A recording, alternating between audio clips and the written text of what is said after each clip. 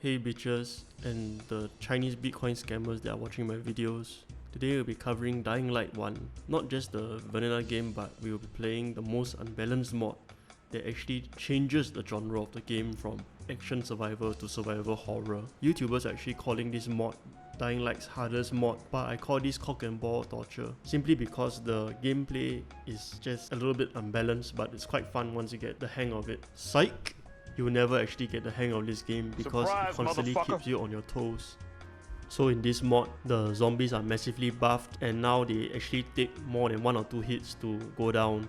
I also installed a mod that turns the walking zombies randomly into the running zombies, so you can get the feeling of, oh fuck, what the fuck's happening, fuck this shit, I'm out, which I didn't actually feel in the base game. So one more fucked up thing that this mod changes is that now, after completing the first quest of the game, the special zombies will actually appear around the map and jump scare you.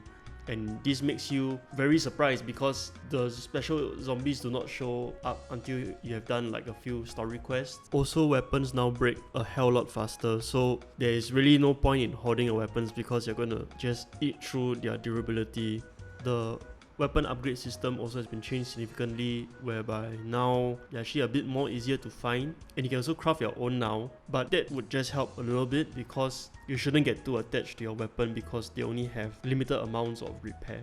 Crafting items in this game have been nerfed a lot because now it costs more materials to craft them, and a lot of these rare materials are gotten from this like rare infected or by searching only specific places. Speaking of crafting, now instead of using normal metal scraps to repair your weapons, you need to now build your own quantum calibrator to actually repair your weapons. Because now by the grace of modern RNG and AI, loot can only be found in loot specific places. Like if you want to craft a med kit, now you need gauze and alcohol and I think like some cloth. You can only find the gauze and the alcohol in pharmacies, and weapon kits now require crafting boxes and metal scrap boxes, which can only be found in these yellow toolboxes found in houses. Because the mod is now so unfair towards you, the grace of the creator of this mod actually now adds a little bit more quality of life changes. You can now actually carry around food items such as the energy bars and the Coke Zeros that you find in the convenience store or in the fridges. You can also now carry orange juice, which heals quite a little bit of health, and now you'll be eating food to regain your health just like in the good old days of Skyrim. You might be thinking to yourself, oh, that's a nice change, but in fact you'll be eating through most of your food supplies in like 5 or 10 minutes of gameplay because medkits are so damn expensive and difficult to craft now. When you start a new playthrough on this mod, you have actually very little stamina, and now stamina has been split into your parkour stamina, which is the blue, and the combat stamina, that is the red. However, this is where skill point allocation comes in, because now you can actually spend skill points to improve your stamina regeneration for combat as well as for your parkour. And you can also unlock, similar to the base game, various abilities that can help you get away from zombies, such as the vault jump over the zombies.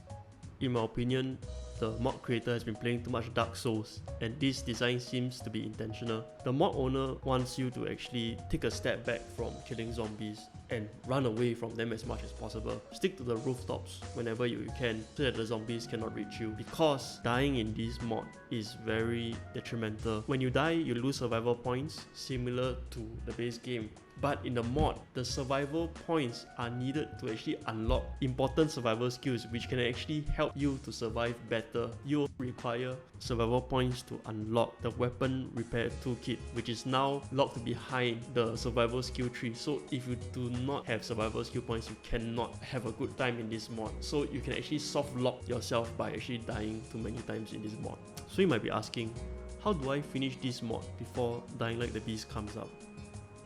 Well, this is where a lot of your crafting recipes come into play. Distractions such as firecrackers now play a more important role in distracting zombies that are chasing you. So explosives such as the Molotov cocktails are actually now even more important to clear off hordes of zombies so you can loot bodies and even loot chests in peace. What I like to do is I like to throw a firecracker, let the zombies gather in one spot and just throw a Molotov cocktail. You can actually farm a lot of combat XP by doing this. You can also complete the combat challenges, which actually grant you infinite durability on the weapon. In the combat trials, you can actually farm zombies for their loot, because after completing the combat trials, the zombies still leave behind their loot boxes on the floor, so you can actually go and take them after you complete the trial. And for the combat trials, you're normally given a weapon that one-shots the zombies and has infinite durability, so just feel free to go ham on them.